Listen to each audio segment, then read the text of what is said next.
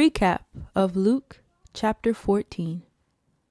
A teaching we learn in chapter 14 is the cost of being a disciple of Jesus. You give up everything and don't look back. One known line is, "Whoever does not bear his own cross and come after me cannot be my disciple."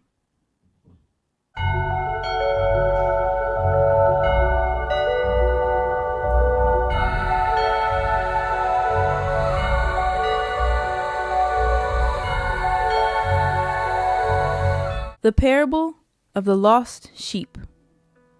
Now the tax collectors and sinners were all drawing near to him, and the Pharisees and the scribes grumbled, saying, "This man receives sinners and eats with them." So he told them this parable. "What man of you, having 100 sheep, if he has lost one of them, does not leave the 99 in the open country and go after the one that is lost, until he finds it? And when he has found it, he lays it on his shoulders, rejoicing. And when he comes home, he calls together his friends and his neighbors, saying to them, 'Rejoice with me, for I have found my sheep that was lost.' Just so I tell you, there will be more joy in heaven over one sinner who repents than over 99 righteous persons who need no repentance." The parable of the lost coin. Or, what woman, having 10 silver coins, if she loses one, does not light a lamp and sweep the house and seek diligently until she finds it? And when she has found it, she calls together her friends and neighbors, saying, "Rejoice with me, for I have found the coin that I had lost." Just so, I tell you, there is joy before the angels of God over one sinner who repents. The parable of the prodigal son. And he said, "There was a man who had 2 sons, and the younger of them said to his father, 'Father, give me the share of property that is coming to me.' And he divided his property between them. Not many days later, the younger son gathered all he had and took a journey into a far country, and there he squandered his property in reckless living. And when he had spent everything, a severe famine arose in that country, and he began to be in need. So he went and hired himself out to one of the citizens of that country, who sent him into the fields to feed pigs.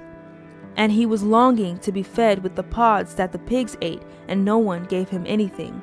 But when he came to himself, he said, 'How many of my father's hired servants have more than enough bread, but I perish here with hunger? I will arise and go to my father, and I will say to him, Father, I have sinned against heaven and before you. I am no longer worthy to be called your son. Treat me as one of your hired servants.' And he arose and came to his father. But while he was still a long way off, his father saw him and felt compassion, and ran and embraced him and kissed him. And the son said to him, 'Father, I have sinned against heaven and before you. I am no longer worthy to be called your son.' But the father said to his servants, 'Bring quickly the best robe and put it on him, and put a ring on his hand and shoes on his feet. And bring the fattened calf and kill it, and let us eat and celebrate. For this my son was dead, and is alive again. He was lost, and is found.' And they began to celebrate. Now his older son was in the field, and as he came and drew near to the house, he heard music and dancing. And he called one of the servants and asked what these things meant. And he said to him, 'Your brother has come, and your father has killed the fattened calf, because he has received him back safe and sound.' But he was angry and refused to go in. His father came out and entreated him.